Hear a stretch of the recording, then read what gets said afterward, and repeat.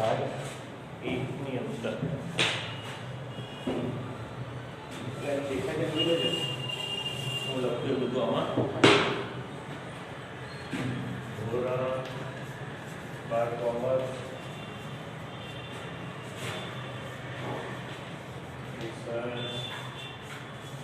Account विसर्जन आगे तरीके विसर्जन लखवा देने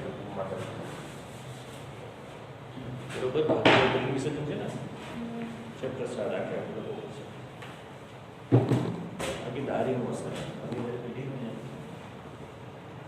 आगे तरीके पीढ़ी में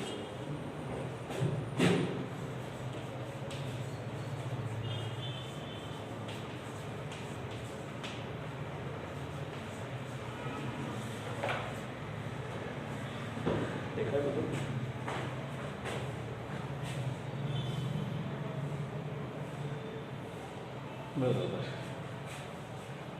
હવે જો આપણે કયો દાખલો કરીએ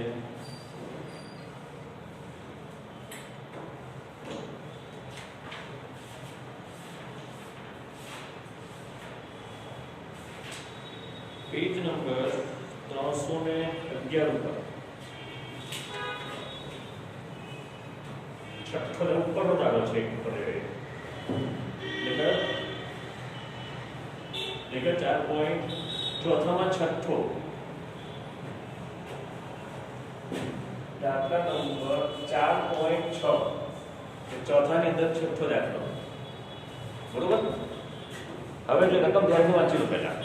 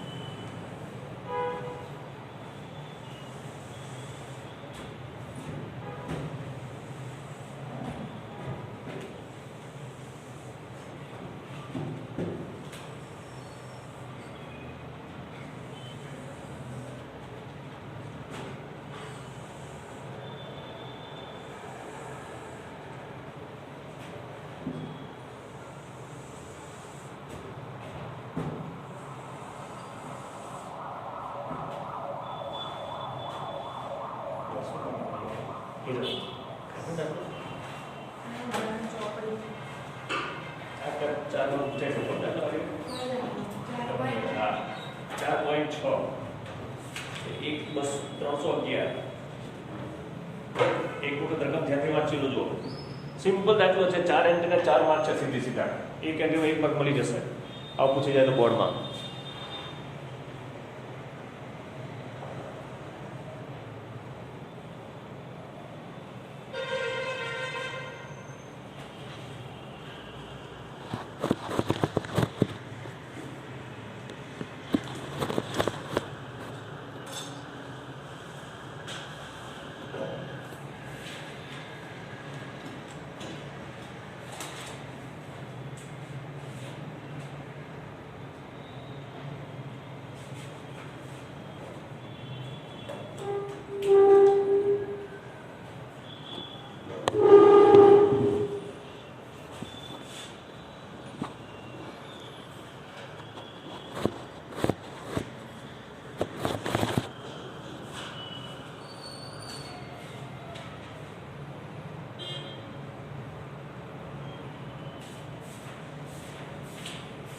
बराबर जो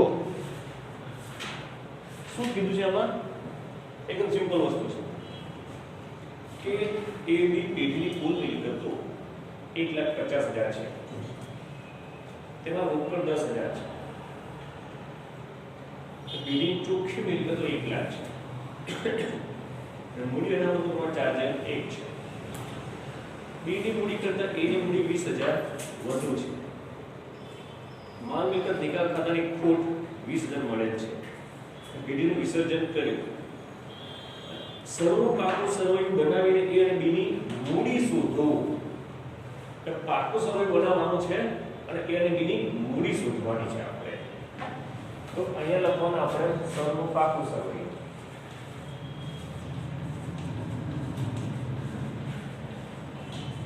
બરોબર અને પાકા શેમાં શું આવે મૂડી જેવા રકમ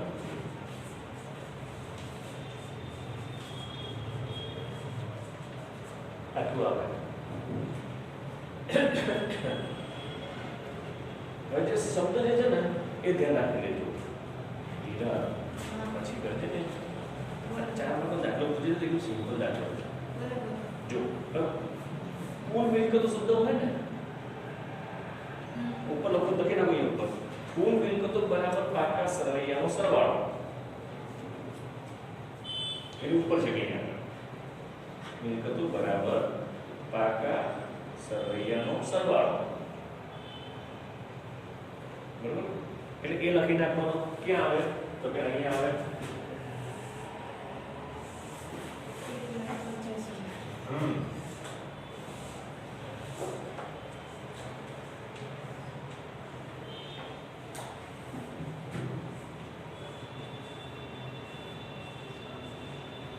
બરોબર આટલું લખો ને એક માર્ક આટલાનો એક માર્ક આપી દઈએ બરોબર ખ્યાલ આવી ગયો વસ્તુ પછી જુઓ તેમાં રોકડ 10,000 સમાયેલી છે પણ તમને ખબર કે રોકડ ક્યાં આવે બે બાજુમાંથી બરોબર એનો અડધો માર્ક બોલો અહીંયા લખે છે નીચે આપણે રોકડ કેટલા 10,000 બરોબર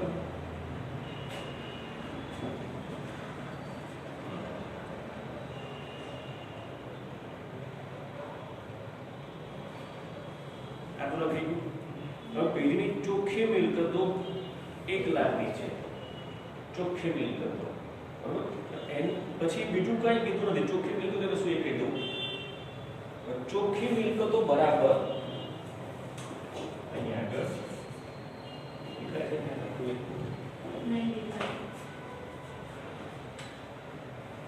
ના દેખાય નહીં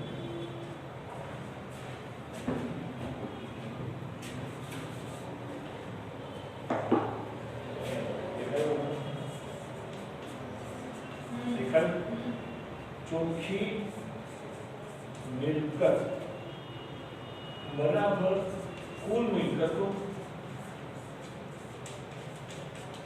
માઇનસ કુલ દેવા એટલે ચોખ્ખી મિલકત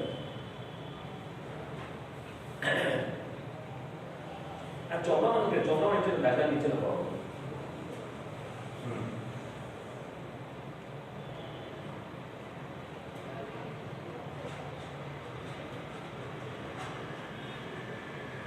હવે જુઓ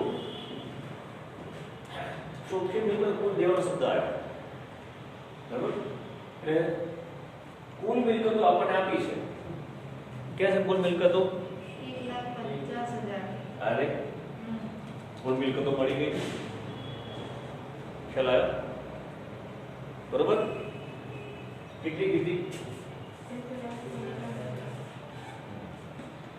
કુલ દેવા આપ્યા છે કુલ દેવા નથી આપણે એટલે માઇનસ કુલ દેવા બરોબર ચોખ્ખી મિલકત આપી છે અહીંયા પણ સમીકરણમાં લખો એ સરળ લખવાનું જગ્યાથી એટલે સરળ હોય નીચે સરળ લખીએ તો ચોખ્ખી મિલકત લખું પહેલા અહીંયા આગળ કેટલી આપી અંદર જો 1 લાખ એટલે અહીંયા લખું પહેલા ચોખ્ખી મિલકતની જગ્યાએ 1 લાખ બરોબર એ બરાબર કુલ મિલકતો 1,50,000 બરોબર માઇનસ કુલ દેવા આવું થયું હવે આમાંથી આપણે કુલ દેવા શોધવાના છે કેટલા આવશે સ્ટેપ ની અંદર શોધી કાઢો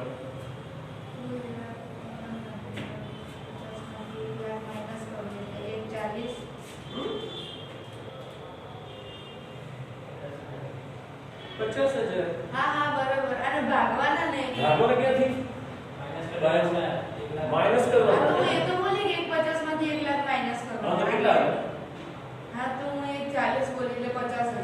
હા તો પછી એટલે કુલ દેવા બરાબર 1,50,000 માઈનસ 1 લાખ બરાબર કેટલા આયા 50,000. ખ્યાલ આવ્યો? એટલે કુલ દેવા આપણને મળ્યા. તો હવે કુલ દેવા ક્યાં આવે? આ બે બાજુમાંથી દેવા મૂડી દેવા.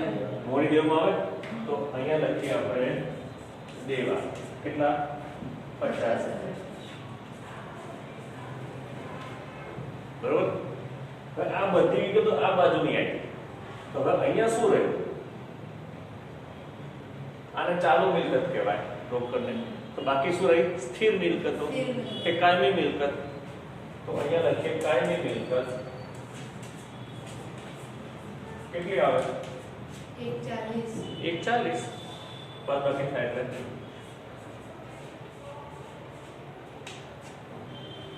બરોબર. આટલું ક્લિયર થઈ ગયું ને? હવે આપણને શું શોધવાનું કીધું છે કે જુઓ આમાં આપણને કુલ દેવા મળી ગયા. બરોબર. દેવા આવી ગયા. હવે ચોખ્ખી મિલકત છે 1 લાખ. ચોખ્ખી મિલકત એટલે પછી એમાં શું આવી ગયું? ચોખ્ખી મિલકત એટલે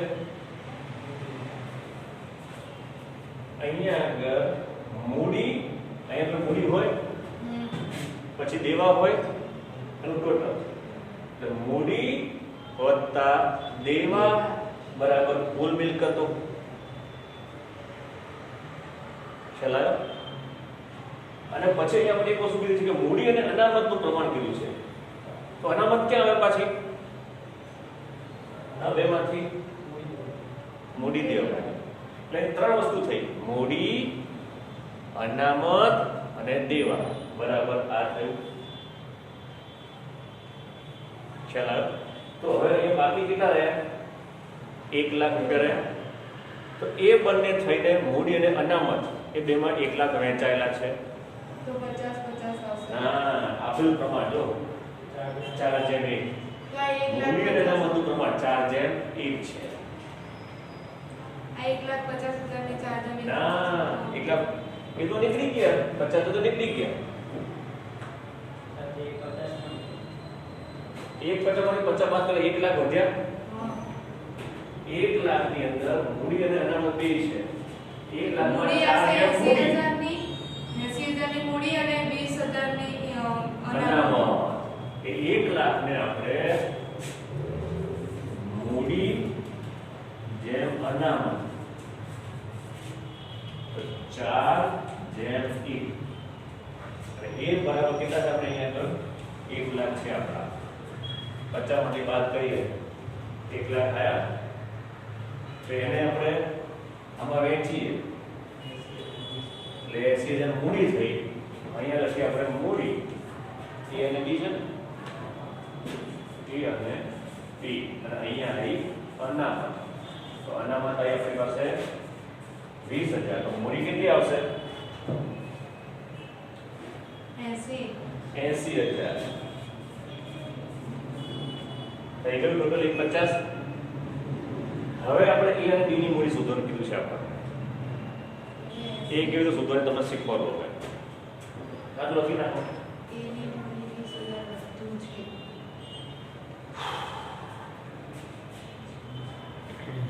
જો એટલે આટલું ખ્યાલ આવી ગયું ને પહેલા તો. હા. હવે આ બધું દેખાય છે. આમાં ખાલી કોષ્ટકનો 1 માર્ક્સ મળે. કોષ્ટક ને કેમ માર્ક ના મળે? એટલે પેલું ટોટલ નીચે લખીએ અને ખાલી કોષ્ટક દોરી હોય તો. હા, એનો મળે એક માર્ક. બરાબર. હવે તમે સમજાવો છો. આપણો પ્રશ્ન શું છે ખબર છે અહીંયા કે એ અને બી ની મૂડી શોધો શરૂઆતથી. એ છે આપણો પ્રશ્ન.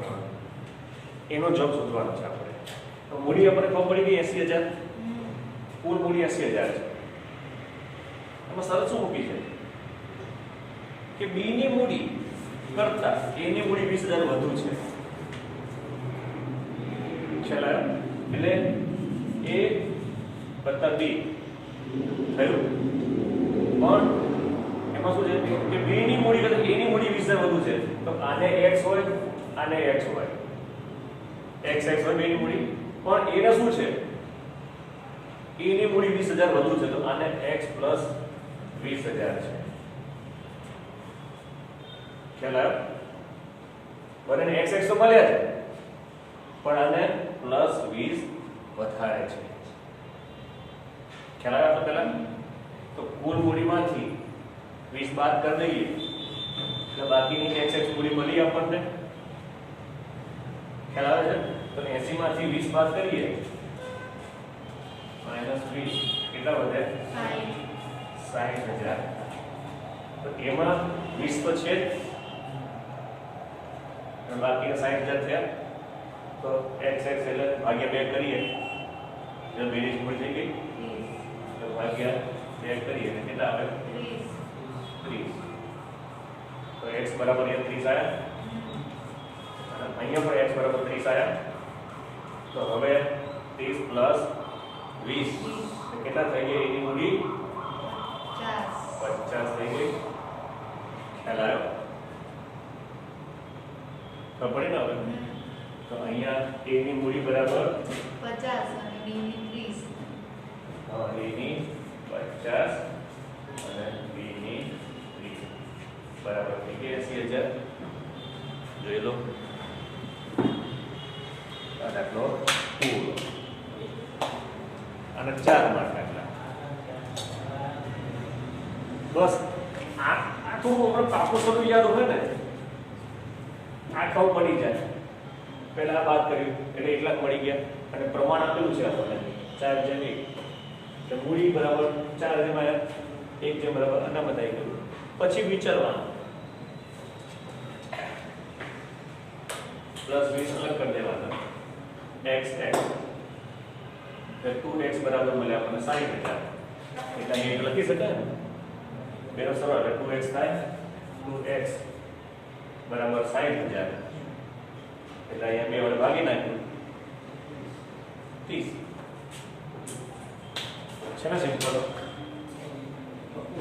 હવે પેલા લોકો આયા નહીં યાર આ મારે કરાવતા રીતે આમ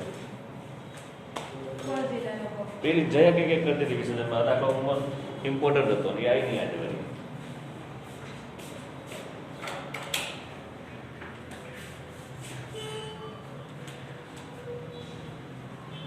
હજી પણ થોડું વિચારતા જઈએ ને પણ એ કેવું થાય મૂડી પ્લસ અનામત પ્લસ દેવા બરાબર ચોખ્ખી મિલકત કુલ મિલકત એમ પણ થાય પાછું. પણ તમને પાકું સર મગજમાં યાદ હોવું જોઈએ એટલે થઈ જાય. તો એ વસ્તુ યાદ રાખવાની છે તો બધું યાદ રહે. પણ એમાં આવો દાખલો પૂછાય જ નહીં સર. કેમ ના પૂછાય? પણ આમ ઓછો પૂછાય એમ. વિસર્જનના 2 પૂછવાના છે ને. આ એક્ઝામમાં 2 છે? હા 2 આવે 2 છે ને. વિસર્જનના 2 છે વિસર્જનના. ઓપ્શનમાં નથી કરવાનો જનરલ ઓપ્શન એટલે વધારે પૂછવા પડશે ને. અમાર તો ભાઈ આવડતા પાઘડીના 2 છે. જો બાકીના છે ને 2 છે ને તો એક પેલું સાદી સરેરાશ અને ભારી સરેરાશ એ કરી નાખજો. હીરા હા બોર્ડમાં 2 પૂછાશે પાઘડીના. પાઘડીના હા હા એ તો પાઘડી વાળું તો આવડો છે. હવે એમાં શું છે એક સાદી સરેરાશ અને ભારી સરેરાશ એક કરવાનો એટલે એમાંથી એક આવશે કદાચ. અને પેલો 6 સ્ટેપ વાળો મૂડી કૃતો અધિક નફા વાળો 6 સ્ટેપ વાળો એ કરી નાખજો દાખલો. આ 3 દાખલા કરી નાખજો વ્યવસ્થિત. ત્રીજું તો આવડે છે પાઘડી વાળું. 6 સ્ટેપ વાળું યાદ છે તો પણ હા પણ એ તો જે કીધું હોય એ પ્રમાણેના સ્ટેપ લખવાના હોય ને લખવા. 4 સ્ટેપ તો કાયમ આવવાના જ. હા 4 સ્ટેપ તો કાયમ આવવાના. હા એ તો આવશે જ ને. પેલું સરેરાશ અપેક્ષિત વર્તનનો દર અપેક્ષિત વર્તનનો પછી દર, અપેક્ષિત સરેરાશ, નફો અપેક્ષિત નફો અને સરેરાશ નફો આ 4 તો બધામાં આવવાના. પછી પાઘડી એટલે એના 2 માર્ક મળી જાય એટલું કરો એટલે. અને એમાં કંઈ કરવાનું છે જ નહીં એની અંદર તો એ તો સિમ્પલ છે રોકાયેલું એ વાળું અધિક નફા વાળું તો અને સાદી સરળ ભાગી સરળ તો સિમ્પલ છે જ તો 4 માર્કમાં આવશે એ તો. કેટલી સુપર ચડતી પાછી સુપર ચડતી.